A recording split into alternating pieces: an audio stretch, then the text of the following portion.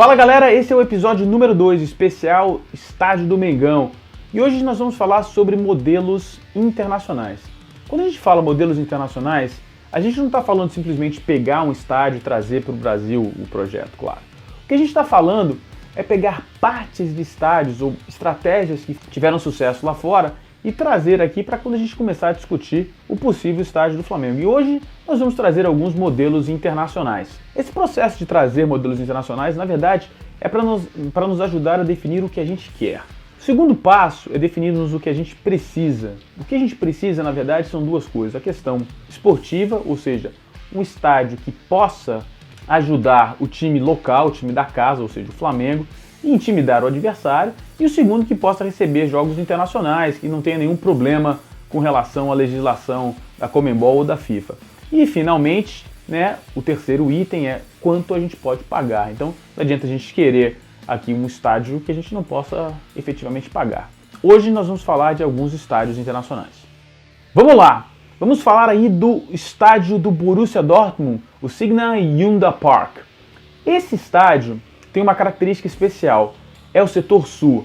É um setor para 24 mil pessoas, todas em pé, muito próximas do campo. É extraordinário. O estádio, no total, tem uma capacidade para 80 mil pessoas. E além da Yellow Wall, tem uma outra coisa extraordinária, que é a cobertura. A cobertura foi desenhada para reverberar o som. Ou seja, se há uma definição de caldeirão, é a combinação da Yellow Wall com essa cobertura que ajuda o som a ficar ali preso, criando aquele som ambiente que é muito interessante para estádio de futebol. Uma coisa importante a respeito desse estádio que eu gostaria de comentar com vocês é fazermos uma comparação com o setor norte do Maracanã, que hoje tem capacidade para 22 mil pessoas. Fica claro que essa diferença de 2 mil não é o fator primordial para fazer a Yellow Wall uma coisa mais importante, mais intimidadora. O que faz é o desenho do estádio. Então, por mais que a gente mude o desenho do Maracanã, aumente, remova as cadeiras, coloque ali as pessoas em pé, você nunca vai ter o mesmo impacto que tem no estádio do Borussia. Então, tem essa diferença do desenho arquitetônico que eu gostaria que vocês se atentassem. Próximo estádio é o Estádio da Luz. O Estádio da Luz, na cidade de Lisboa, é o principal estádio de Portugal. É um estádio belíssimo e é um dos mais bonitos que eu já visitei. Tem duas coisas muito legais a respeito desse estádio. Primeiro, ele fica numa área bastante grande, tem bastante oferta de barraquinhas em volta do estádio, é bem conectado com o metrô, com o transporte público.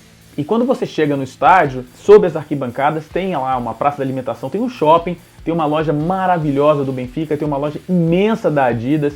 Enfim, é sensacional, é um espaço bacana. Dentro do estádio você tem um anel superior muito vertical, como a grande maioria dos estádios, uma cobertura belíssima, mas a parte mais interessante do estádio é o quão fácil ele é de ser dividido em setores. Então, por exemplo, eu estive lá num jogo de menor público, só para 20 mil pessoas, e só os 2 primeiros anéis estavam abertos. Conversando com as pessoas que trabalham no estádio, eles falaram de uma redução em até 80% do número de pessoas que trabalham em jogos de menor interesse pelo público. Então, é um estádio que consegue economizar não apenas no desenho, no acesso, mas também no número de pessoas trabalhando no estádio, que é um gasto importante.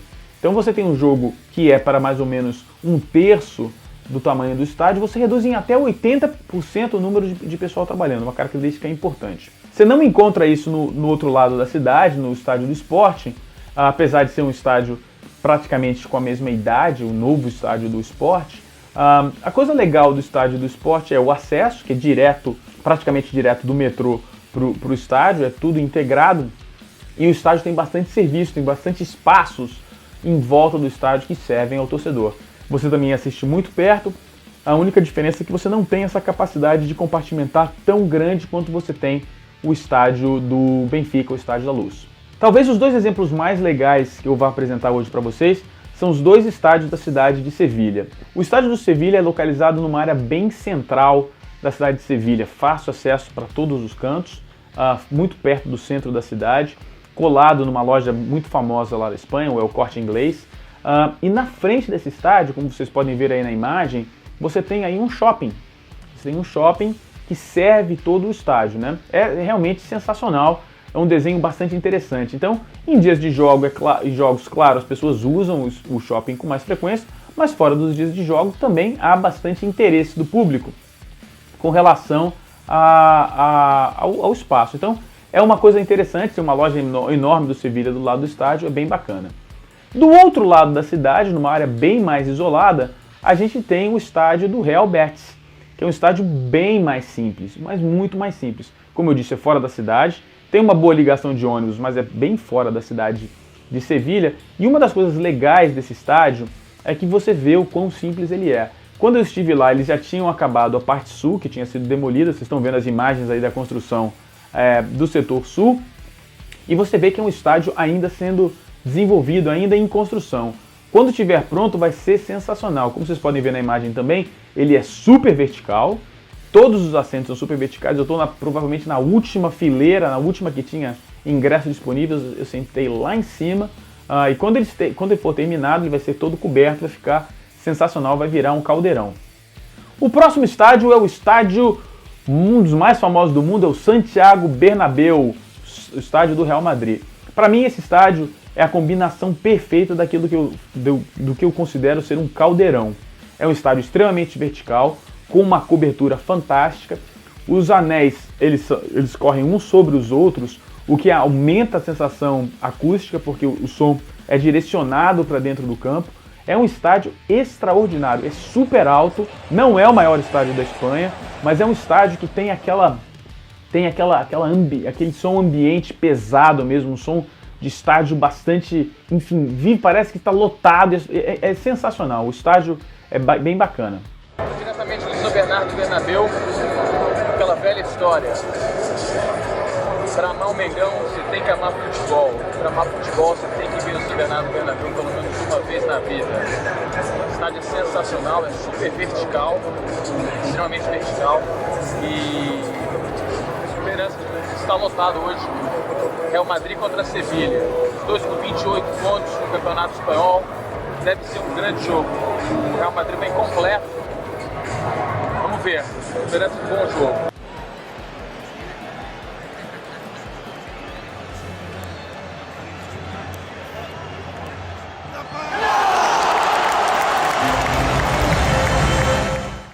Outro estádio famoso da Espanha é o Camp Nou, o estádio do Barcelona, que é maior, tem uma capacidade para 100 mil pessoas. É tão vertical quanto, exceto no anel inferior, no anel mais baixo, que é menos inclinado. Esse anel, você entra no estádio, você chega neste anel, é muito perto do campo, mas diminui, afasta um pouco as arquibancadas verticais da área próxima ao campo. A grande perda com relação ao Camp Nou é a falta da cobertura. Não ajuda na manutenção do som dentro do estádio. O som acaba sendo disperso aí e você perde um pouco desse ambiente de estádio de futebol. Sem falar nisso, ainda assim é um estádio maravilhoso, extremamente vertical, é sensacional, uma experiência única também assistir a um jogo no Camp Nou. Próximo é o Parque dos Príncipes. O Parque dos Príncipes na França, em Paris, estádio extraordinário. Tem duas coisas maneiras com relação a esse estádio. Primeiro, é um estádio super simples. A coisa legal do estádio é que tem a loja do Paris Saint-Germain, é do lado do estádio, é bem bacana, é maravilhosa a loja. É um estádio bem bacana também, mas é um estádio simples. A coisa legal do estádio é o seguinte, é um estádio super vertical e a cobertura de concreto, então ajuda, como eu venho falando, na ambientação ali do espaço. A desvantagem é que atrás do gol há uma distância muito grande para o campo, você fica bastante longe, então há uma perda esportiva. Compensa-se com a cobertura, mas perde-se com a distância, então fica aí também o Parque dos Príncipes como uma referência para nós. Outra referência que é muito falada no Brasil é o estádio Campeão del Ciclo do Peñarol. Algumas coisas importantes com relação a esse estádio. É um estádio que custou barato, a imprensa brasileira falou bastante, mas é um estádio altamente fora de mão. É completamente fora de Montevidéu, numa área bastante isolada. É um caso especial, é um caso separado. Com relação à arquitetura, sim, de fato, é uma arquitetura bastante simples. É um estádio sem nenhuma sofisticação, que serve como referência arquitetônica. A questão é muito fora da cidade de Montevidéu. E só deu certo lá porque é uma cidade relativamente pequena comparada com o Rio de Janeiro. Então serve como referência arquitetônica, Enfim, a gente vai falar sobre o modelo de negócio, mas vale como um exemplo de um estádio que custou barato, um estádio bacana. Bom, é preciso, quando se fala de estádios de referência internacionais e pressão, não se pode deixar de citar La Bombonera, na Argentina. La Bombonera é um estádio relativamente antigo que tem duas características importantes. Primeiro, é um estádio extremamente vertical e as arquibancadas ficam extremamente próximas do campo. A outra característica importante é que o torcedor argentino é um torcedor muito vibrante e também ajuda a contagiar e a fazer com que esse estádio seja uma referência internacional. Um dos lados do estádio é composto por uma parede vertical, onde ficam camarotes, e que também ajuda a aumentar a sensação de claustrofobia e fazer com que esse estádio se torne realmente uma panela de pressão. A combinação dessa parede vertical com arquibancadas com uma inclinação muito elevada e a proximidade do campo faz com que seja uma referência inegável com relação à pressão. A gente apresentou alguns exemplos, a gente vai trazer mais exemplos para vocês. A TV Clube do Flamengo já tem alguns lugares que a gente vai visitar para trazer outras referências, mas basicamente a gente selecionou aí alguns dos estádios que podem servir como referência ao Flamengo. Não tudo, claro, mas pegar algumas coisas importantes para que nos ajude na discussão do nosso estádio. Se você gostou, deixe o seu like, como eu falei, se inscreva no canal, marque a notificação. Muito obrigado pela sua audiência, deixe o seu like, se inscreva, nos vemos aqui.